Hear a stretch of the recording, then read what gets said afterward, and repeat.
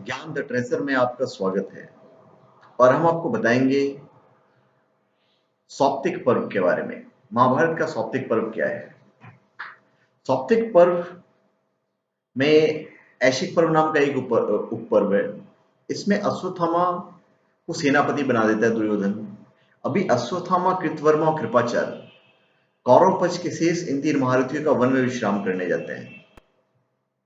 युद्ध के बाद कृष्ण जो रहते हैं पांडवों को लेकर किसी दूसरी जगह चले जाते हैं और एक शिविर लगाकर वहां पे रह रहे होते हैं।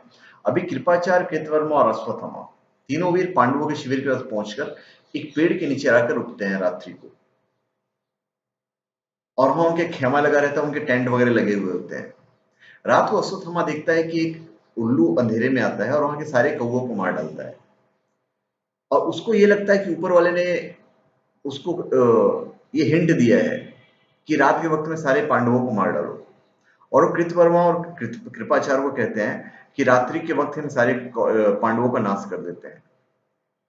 तो यहाँ पे कृपाचार्य और कृतवर्मा बोलते हैं कि हम तुम्हें साथ नहीं दे सकते हैं क्योंकि ये गलत है। ये रात्रि वक्त सोए हुए आदमी को हम नहीं मार सकते हैं, नीति शास्त्र के हिसाब से पूरा गलत है।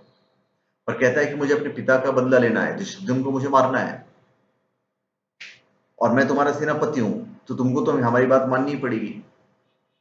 कृतवर्मा और कृपाचार्य फिर मजबूरी में उसका साथ देते हैं और वो अंदर घुसते हैं अश्वत्थामा और उनको कहते हैं कि तुम लोग दोनों दरवाजे पे रहो, जो भी आदमी बाहर निकले उसे तुम खत्म कर देना।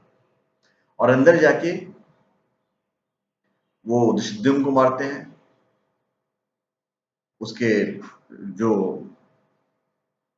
जितने लोग रहते हैं, फिर पांडवों के जो पांचों पुत्र रहते हैं, पांडवों के पांचों पुत्र को मार देते हैं। जो द्रौपदी पुत्र रहते हैं एक्चुअली में पांचालों को मारते हैं।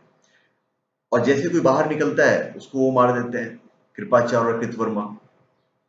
और इनको लगता है कि उन्होंने पांडवों को पूरा संहार कर दिया, पांडवों को खत्म कर दिया है।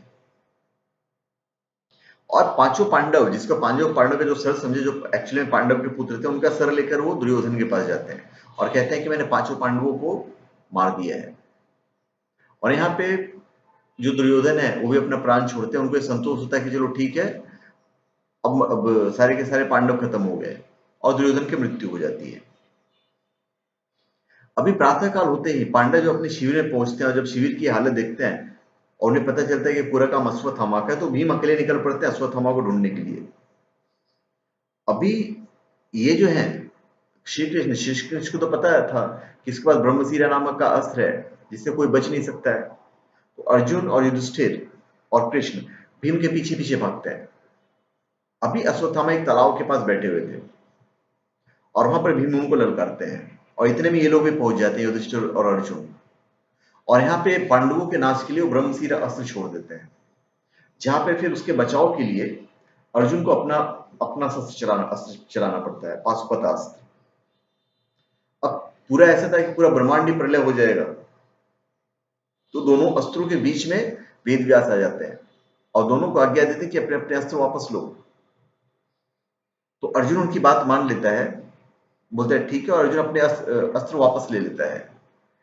पर वापस लेने की जो क्रिया रहती है वो अश्वत्थामा को नहीं आता है और ये था कि उसको क्या किया जाए। तो उसको डाइवर्ट करना पड़ता है और उसको डाइवर्ट करता है उत्तरा के गर्भ की तरफ। वहां पे अश्वत्थामा की जो नीयत रहती है बहुत खराब रहती है। बोलते ठीक है, हम तुम्हारी आखिरी जो वंशज है उसी को मैं खत्म कर देता हूं, और उत्तरा के गर्भ की तरफ चला देते हैं ब्रह्मास्त्र या ब्रह्मशीरा अस्त्र जो रहता है, जिससे बाद में परीक्षित पैदा हुए थे। तो कृष्ण बोलते हैं कि तुमने उसको चला दिया और ठीक है, वो मृत्यु पैदा होगा, पर फिर भी मैं उसे जीवित कर दूंगा कि उससे तो यह वरदान है कि वो महान राजा बनेगा। और यहां पर इसके बदले में जो उसने कर्म किया, उसके बदले में कृष्ण उसे श्राप देते हैं कि तुम युगों युगों तक तुम इसी तरह भटकते रहोगे, तुम्हारे ललाट से हमेशा पीप बहता रहेगा और हमेशा तुम बीमार रहोगे। और यहाँ उसको अपने ललाट पे जो उसकी मणि रहती है, उस मणि को उसको देना पड़ जाता है अर्जुन को, क्योंकि उसने अपना जो ब्रह्मास्त्र वापस नहीं कर पाया था, उसके बदले में उसको देना पड़ेगा कीमती चीज, उसको मणि देनी पड़ती है। और वो मणि फिर वो ले जाके बाद में द्रौपदी को दे देते हैं। तो मणि निकलते ही पूरा अश्वत्थामा पूरा निस्तेज हो जाते हैं और फिर पूरी जिंदगी वहीं पे व्यास के आश्रम में जीवन बिताना शुरू करते हैं और फिर भटकते रहते हैं श्राप के कारण, क्योंकि कृष्ण ने उन्हें श्राप दिया था। तो ये था पूरा सौप्तिकी पर्व। तो धन्यवाद। आपका हमारे चैनल पे स्वागत है। आप हमारे चैनल पे सब्सक्राइब करें और अपने कमेंट दीजिए। धन्यवाद।